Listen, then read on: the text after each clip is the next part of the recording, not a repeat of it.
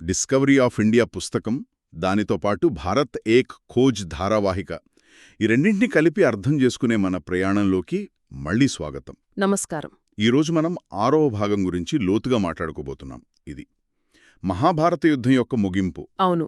కానీ ఇది కేవలం ఒక ముగింపు కాదు. ఒక మహావిషాదం తర్వాత ఒక కొత్త సమాజం ఎలా పుడుతుంది, ఎలాంటి సవాళ్లను ఎదుర్కొంటుంది అనేదానిపై ఒక లోతైన విశ్లేషణ ఇది. సరిగ్గా చెప్పారు. ఇది కేవలం యుద్ధభూమిలో జరిగిన సంఘటనల సమాహారం కాదు. కాదు కదా? అస్సలు కాదు. ఇది ఒక యుగం యొక్క మానసిక, నైతిక, తాత్విక ముగింపు అన్నమాట. యుద్ధం తర్వాత మిగిలిన ప్రశ్నలు, యుద్ధం సమయంలో అడిగిన ప్రశ్నల కన్నా చాలా సంక్లిష్టమైనవి. అంటే గెలుపు అంటే ఏమిటి, ప్రతీకారానికి హద్దు ఎక్కడా, ఇలాంటివా? అవును. ఒక జాతి తనలు తాను నాశనం చేసుకున్న తర్వాత మళ్లీ ఎలా నిలబడగలదు? ఈ భాగం ఈ ప్రశ్నలన్నింటినీ మన ముందుంచుతుంది. సరైతే ఆరంభం నుండే మొదలుపెడదాం. ఈ భాగం మొదట్లోనే ఒక కీలకమైన మార్పు గురించి చెప్తారు. ఒకప్పుడు వేదకాలంలో పశువుల కోసం జరిగే గొడవలు ఇప్పుడు భూమి కోసం, సామ్రాజ్యం కోసం జరిగే మహాసంగ్రామాలుగా మారాయని, దీన్ని కలియుగ ఆరంభంగా కూడా చూపిస్తారు. ఈ మార్పును ఇంతలా నొక్కి చెప్పడం వెనుక ఉద్దేశమేమంటారు? అంటే ఇది చాలా ముఖ్యమైన చారిత్రక, సామాజిక పరిణామం. ఇది కేవలం యుద్ధం యొక్క స్కేల్ మారడం కాదు, సమాజం యొక్క విలువల వ్యవస్థ మొత్తం మారిపోవడాన్ని సూచిస్తోంది. ఓ, విలువల వ్యవస్థే మారిపోవడమా? అవును. చూడండి, పశువులు జీవనాధారం, కాని భూమి అధికారం, ఆధిపత్యం. ఆ గిరిజన రాజ్య వ్యవస్థలు పోయి ఒక కేంద్రీకృత సామ్రాజ్య భావన బలపడుతున్న కాలమది. ఈ మార్పు హింసను, అధికారదాహాన్ని పెంచింది. అంటే కలియుగమనేది కేవలం ఒక టైమ్లైన్ మార్పు కాదనమాట. కానే కాదు. కలియుగమనేది ఇక్కడ ఒక పౌరాణిక భావన మాత్రమే కాదు, అది సామాజిక అల్లకల్లోలానికి, నైతిక విలువల పతనానికి ఒక ప్రతీక. ఆ గందరగోళం, ఆ విధ్వంసం యొక్క పరాకాష్టే కురుక్షేత్ర సంగ్రామం. ఈ విధ్వంసం యొక్క ముగింపుని దుర్యోధనుడి అంతంతో చూపిస్తారు. అయితే ఇక్కడ దర్శకుడు శ్యామ్ బెనెగల్ ఒక చాలా ఆసక్తికరమైన నిర్ణయం తీసుకున్నారు. అవును. వ్యాసుడి మహాభారతం నుండి కాకుండా ప్రాచీన నాటకకర్త భాసుడి ఊరుభంగం నాటకాన్ని ఆధారం చేసుకున్నారు. ఎందుకు ఈ ఎంపిక? ఇది కథకు ఎలాంటి కొత్త కోణాన్నిస్తుంది? ఇది ఒక అద్భుతమైన సృజనాత్మక నిర్ణయమని చెప్పాలి. ఎందుకంటే వ్యాసమహాభారతంలో దుర్యోధనుడు చివరి వరకు అహంకారంతో, పశ్చాత్తాపం లేకుండా ఉంటాడు. అవును, చాలా మొండిగా ఉంటాడు. కాని భాసుని ఊరుభంగంలో మనమొక భిన్నమైన దుర్యోధనుడిని చూస్తాం.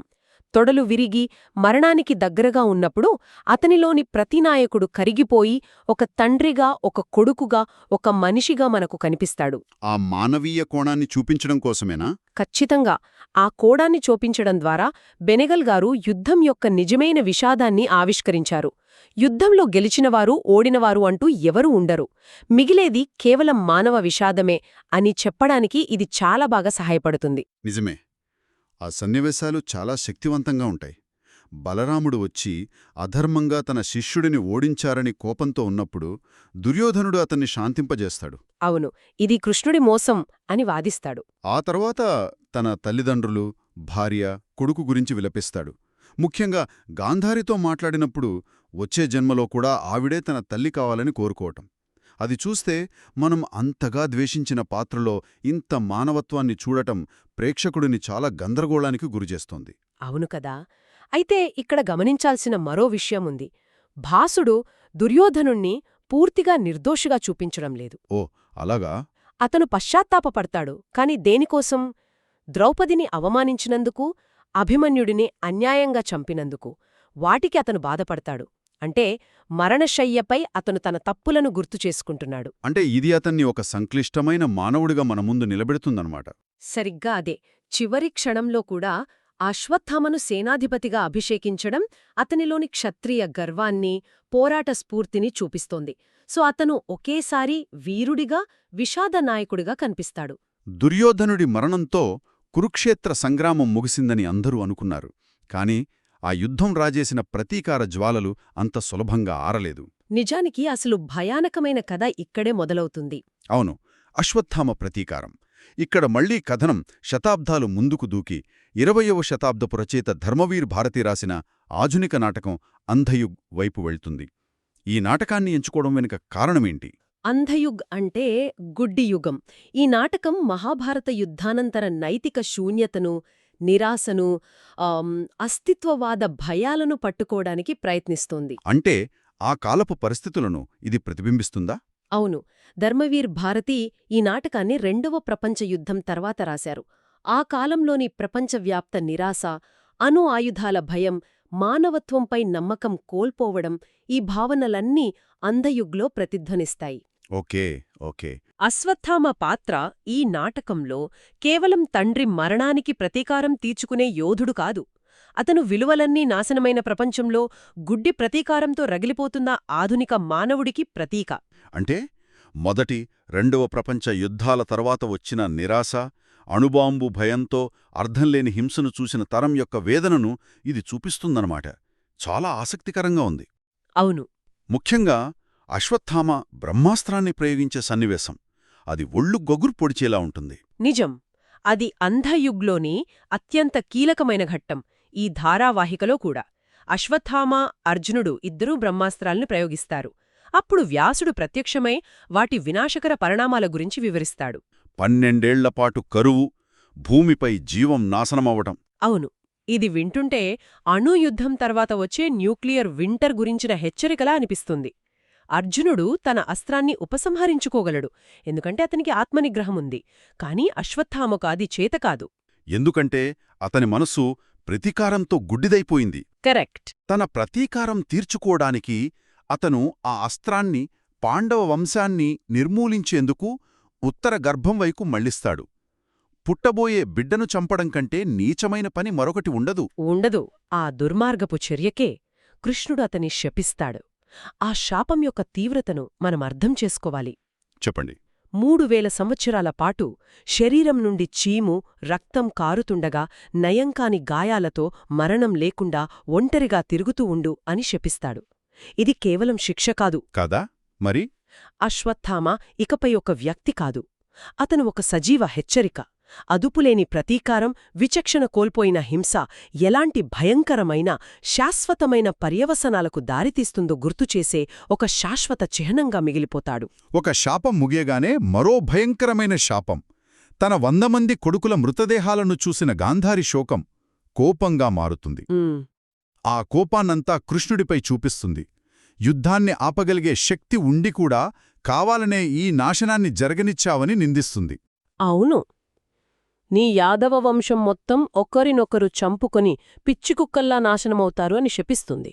ఇక్కడ అత్యంత ఆశ్చర్యకరమైన విషయం, కృష్ణుడు ఆ శాపాన్ని చిరునవ్వుతో అంగీకరించడం. అదే, తల్లిది జరగాల్సిందే అంటాడు.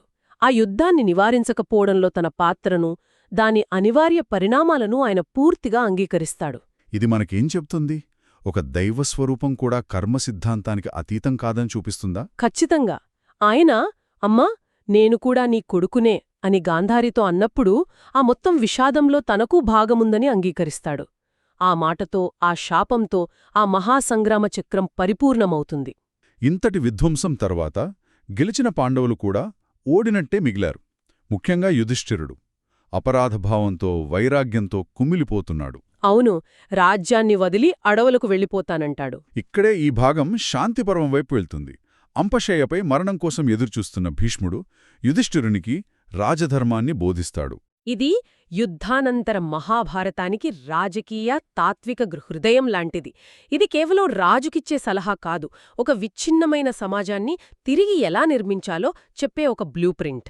యుద్ధంలో గెలిచి కూడా అంతా ఓడిపోయినట్టు భావిస్తున్న రాజుకు పరిపాలన గురించి చెప్పడం ఎంత కష్టమో కదా. చాలా కష్టం. అందుకే భీష్ముడి మాటల్లో రెండు కనిపిస్తాయి. ఒకవైపు రాజా, శోకించడం ఆపి నీ కర్తవ్యాన్ని నిర్వర్తించు అని కఠినంగా చెప్తాడు. మరోవైపు ఆ కర్తవ్యాన్ని ఎలా నిర్వర్తించాలో చాలా ఆచరణాత్మకమైన సలహాలిస్తాడు. రాజు యొక్క ప్రథమ కర్తవ్యం ప్రజల సంక్షేమం అని స్పష్టంగా చెబుతాడు. దానికోసం రాజు తన సుఖాలను కూడా త్యాగం చెయ్యాలి అని. సత్యం, శ్రద్ధ, నిరంతర జాగరూకత అవసరం అని కూడా అంటాడు కదా. అవును. శత్రువు బలహీనంగా ఉన్నాడని, ఎప్పుడూ నమ్మకూడదని, ఎల్లప్పుడూ అప్రమత్తంగా ఉండాలని హెచ్చరిస్తాడు. భీష్ముడు చెప్పిన ఎన్నో విషయాల్లో ఒకటి నన్ను చాలా ఆశ్చర్యపరిచింది. సమాజ రక్షణ కోసం కులంతో సంబంధం లేకుండా ఎవరైనా ఆయుధాలు పట్టవచ్చనే మాట. ఆ కాలానికి చాలా విప్లవాత్మకమైనది కదా. సంక్షోభ సమయంలో రాజ్యానికి ముప్పు వాటిల్లినప్పుడు వర్ణంతో సంబంధం లేకుండా బ్రాహ్మణుడు, వైశ్యుడు, శూద్రుడు ఎవరైనా సరే ఆయుధాలు చేపట్టవచ్చు అని భీష్ముడు చెబుతాడు. దీని వెనుక ఉద్దేశం ఏమై ఉంటుంది? దీని అర్థం కఠినమైన సామాజిక నియమాల కంటే సామాజిక శ్రేయస్సు, రాజ్య రక్షణ చాలా ముఖ్యమైనవి. ఇదొక ప్రాక్టికల్ పాలిటిక్స్ అన్నమాట. ఒక సమాజం సంక్షోభంలో ఉన్నప్పుడు పాత నియమాలను పట్టుకుని వేలాడటం మూర్ఖత్వం. మనుగడ కోసం నియమాలను సడలించాల్సి ఉంటుంది. ఖచ్చితంగా. ఇది ఆనాటికే కాదు, ఈనాటికి వర్తించే ఒక ముఖ్యమైన పాఠం. ఇంత హింస, విషాదం, తత్వశాస్త్రం చూశాక ఈ భాగం చివర్లో నెహ్రూ గారి మాటల్లో ఒక అద్భుతమైన సారాంశముంది. మనం ఇంటికి తీసుకెళ్లాల్సిన అసలు సందేశమేంటి? నెహ్రూ గారి మాటల్లో మహాభారతం కేవలం ఒక మత గ్రంథం కాదు. అది రంగురంగుల ఉరకలేస్తున్న జీవితం యొక్క ప్రతిరూపం. అవును. దానిలోని ముఖ్య నీతి సూత్రం చాలా సరళంగా కాని విశ్వవ్యాప్తంగా ఉంటుంది. పరులకు నీవు ఏది చెయ్యరాదని తలచెదవో దానిని నీకు కూడా ఇతరులు చేయరాదు కదా. దీన్నే గోల్డెన్ రూల్ అంటారు గదా. అవును. ఈ ఒక్క సూత్రం పాటిస్తే చాలు, ప్రపంచంలోని చాలా సమస్యలు తీరిపోతాయి. ఇది వ్యక్తిగత మోక్షం కంటే సామాజిక శ్రేయస్సుకు, నైతిక ప్రవర్తనకు పెద్దపీట వేస్తుంది.